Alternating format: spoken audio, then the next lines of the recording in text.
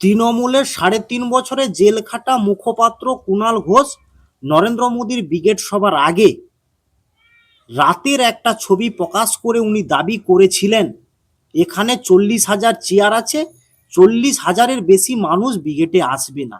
তৃণমূলের ছোট বড় মাঝারি সকল নেতা সকল প্রকার চেষ্টা করেছিল ওখানে বিজেপির কর্মী সমর্থক সাধারণ মানুষ যাতে না ব্রিগেডে পৌঁছাতে পারে। কিন্তু ব্রিগেড সমাবেশে বাংলার মানুষ দেখেছে জনসমুদ্র বয়ে গেছে ব্রিগেডের মাঠে। বিগত দিনে যত রাজনৈতিক দল এখানে সভা করেছে তাদেরকে ছাপিয়ে গেছে নরেন্দ্র মোদীর এই ব্রিগেড সমাবেশ। আপনারা যে মানুষ দেখেছেন ব্রিগেডের মাঠে তার ৩ গুণ মানুষ ব্রিগেডের মাঠে পৌঁছাতে পারেনি। এ রাজ্যের প্রশাসন কয়েক হাজার বাসকে আটকে দিয়েছে, যারা কলকাতায় আসতে চাইছিল ব্রিগেডের মাঠে তাদেরকে কলকাতায় ঢুকতে দেয়নি এ রাজ্যের প্রশাসন। যে তৃণমূলের নেতারা বলেছিল এখানে ৪০,০০০-এর বেশি মানুষ হবে না, তারাই আবার বলছে এই জনসমুদ্র এটা বাংলার মানুষ না, এরা বিহার উড়িষ্যা ঝাড়খণ্ড থেকে বাসে করে লোক নিয়ে এসেছে।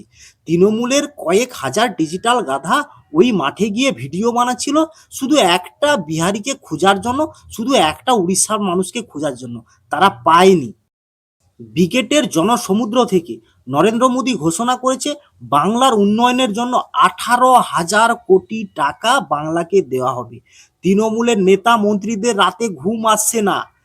18,000 কোটি টাকা, আবার তাদের কচি কচি বান্ধবী হবে আর কচি কচি বান্ধবীর খাটের নিচে কোটি কোটি টাকা আত্মসাৎ করে রাখবে, সেই স্বপ্ন দেখছে।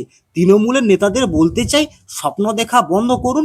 3 মাস পরে আপনাদেরকে বাংলার মানুষ ভুলে যাবে, এখানে বিজেপির সরকার আসবে। বিজেপির সরকার ওই 18,000 কোটি টাকা বাংলার সার্বিক উন্নয়নের কাজে লাগাবে। তৃণমূলের যে নেতারা প্রচার করতো বিজেপি বাংলায় ক্ষমতা আসলে মাছ মাংস ডিম খাওয়া এরা নিষিদ্ধ করে দিবে, তারাই আজকের বলছে দেখুন বিজেপির কর্মী সমর্থকরা ব্রিগেডের ময়দানে মাছ মাংস ডিম খাচ্ছে। আসলে তৃণমূলীরা আতঙ্কিত হয়ে পড়ে গেছে, এরা রাতে কি বলে সকালে ভুলে যায়, সকালে কি বলে রাতে ভুলে যায়। এদেরকে বাংলার মানুষ প্রত্যাখ্যান করেছে। 26-এ তৃণমূলের বিসর্জন নিশ্চিত।